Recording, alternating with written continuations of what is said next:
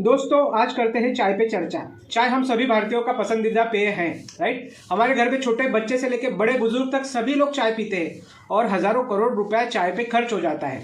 बात सही है गलत है, लेकिन आज चर्चा करेंगे क्या चाय स्वास्थ्य के लिए अच्छी है, चाय पीनी चाहिए या नहीं पीनी चाहिए, राइट दोस्तों।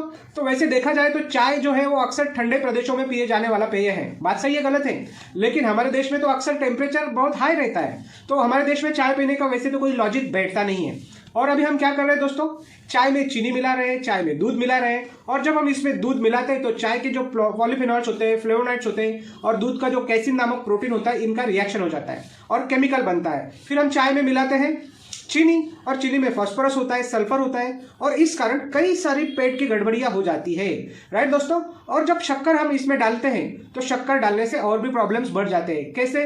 तो चाय में बहुत ज़्यादा कैलोरीज होती है, कोई न्यूट्रिशनल वैल्यू नहीं होता है, लीवर को डैमेज होता है, टाइप 2 डायबिटीज का खतरा बढ़ जाता है, हमारे हार्ट को प्रॉब्लम्स होने लग जाते हैं, कोलेस्ट्रॉल लेवल बढ़ जाता है, और आपको सभी को पता होगा कि ओबेसिटी बढ़ती है और इसके कारण कैंसर भी हो सकता है।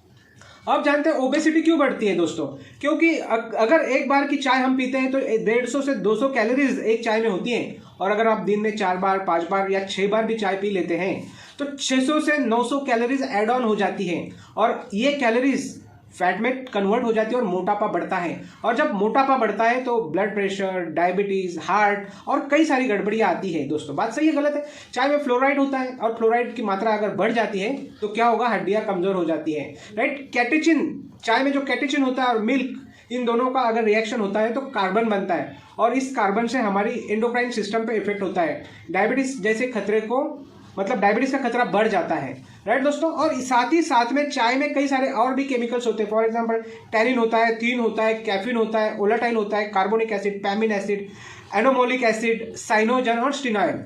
तो ऐसे टैनिन अगर का प्रमाण ज़्यादा हो जाता है, ज़्यादा चाय पीते हैं तो एनीमिया हो सकता है, हमारे शरीर में आयरन को एब्जॉर्ब करने की क्षमता कम हो जाती है। फिर टैनिन अल्सर्स को भी कारण बनता है, टैनिन के कारण अल्सर्स हो सकते हैं। कैफीन ब्लड प्रेशर को बढ़ा देता है, राइट, हार्ट प्रॉब्लम्स क्रिएट करता है। कैफीन किडनी के प्रॉब्लम्स को भी शरीर में क्रिएट करता है। फिर हमने देखा है कि इसमें ओलेटाइल्स होते हैं, कार्बोनिक एसिड, पैमिन, एरोमोलिक एसिड, इनडाइजेशन, एसिडिटी, और हमारे इंटेस्टाइन्स को वीक करता है। तो ये सभी समस्याएं किसके कारण आती है? यस, साइनोजन होता है माय डियर फ्रेंड्स, और अनिद्रा, नींद न आने की समस्या बढ़ जाती है। फिर आपने देखा होगा कि चाय, अतिरिक्त चाय पीने के कारण वैवाहिक जीवन पे असर होता है, सेक्स क्षमता घटती है, राइट दोस्तों। और ये क्यों घटती है? क्योंकि इसमें स्टेनॉइल होता है। तो अभी आपने जाना कि भाई चाय पीनी चाहिए या नहीं पीनी चाहिए, चाय अमृत है या जहर है, ये मैं आपके ऊपर छोड़ता हूँ। Thank you.